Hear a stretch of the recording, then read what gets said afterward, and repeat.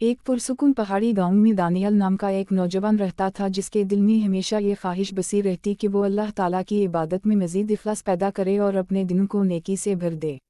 جمعے کا دن اس کے لیے ہمیشہ خاص اہمیت رکھتا تھا، مگر ایک دن اسے اپنے بزرگ استاد مولانا حمید کی باتوں نے اس کی سوچ کو ایک نئی روشنی بخش دی۔ فجر کی نماز کے بعد دونوں مسجد کے صحن میں بیٹھے تھے، دھوپ کی نرم کرنیں درختوں کے پتوں سے چھن چھن کر زمین پر پڑ رہی تھیں۔ مولانا حمید نے دانیال سے کہا، بیٹے، جمعہ مسلمانوں کے لیے عید کا دن ہے، اس میں ایک گھڑی ایسی ہے جس میں بندہ جو دعا مانگے اللہ اسے قبول فرماتا ہے۔ دانیال نے گہری سانس لی اور محسوس کیا کہ اس کا دل پہلے سے زیادہ نرم اور بیدار ہو رہا ہے۔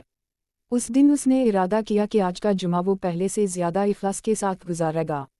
اس نے جلدی غسل کیا، صاف کپڑے پہنے، خوشبو لگائی اور مسجد کی طرف چل پڑا۔ مسجد کے راستے میں اسے وہ بزرگ ملے جو ہر جمعے کو فقراء میں کھانا تقسیم کرتے تھے۔ انہیں دیکھ کر دانیال کے دل میں مزید نیکی کا شوق بڑھ گیا۔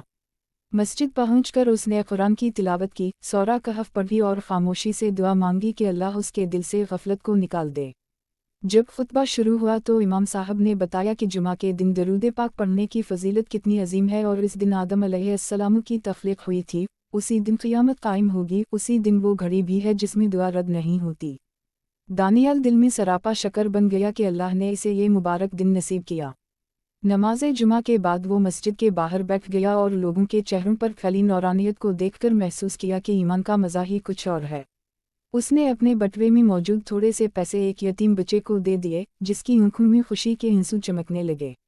اس لمحے دانیال پر حقیقت آشکار ہوئی کہ جمعہ صرف 2 رکعت نماز پڑھ لینا نہیں بلکہ دل کو اللہ سے جوڑنے، بندوں کے ساتھ بھلائی کرنے اور اپنے نفس کو پاک کرنے کا دن ہے۔ شام کے وقت جب وہ گھر لوٹا تو اس کے دل میں ایک عجیب سی راحت تھی، جیسے کوئی بوجھ اتر گیا ہو۔ اس نے اللہ کا شکر ادا کیا کہ اسے ایک ایسا جمعہ گزارنے کی توفیق ملی جس نے اس کی روح کو نئی زندگی دی۔